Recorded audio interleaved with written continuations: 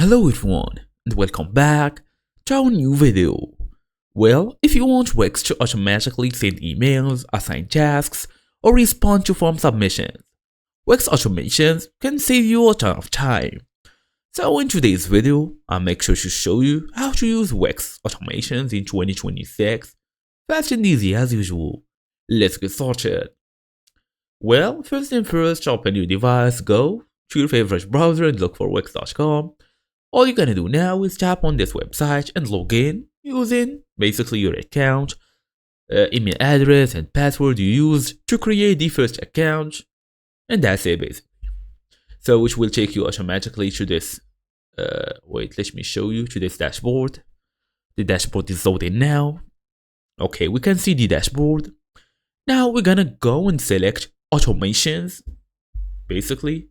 As you see here, we have automations. We're going to go all the way to look for automations as well here. Customer management or automations, it depends on the version. Then create new automation from here. Just tap on create automation. You can also basically choose a pre-built automation if you want to. Then select a trigger. Pick what starts the automation like form submission, purchase, an action. It depends on you. As you see here, there is multiple automations like get an email when a form is submitted, send 2 reminders a week apart if an invoice is overdue, and all of you can even watch how to use automations. It's a small tip given by the website Wix.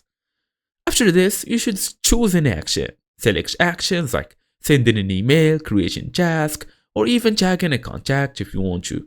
Then customize these settings.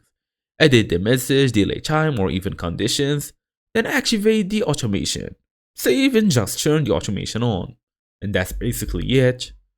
So, thank you all for watching, and I will see you in the next video.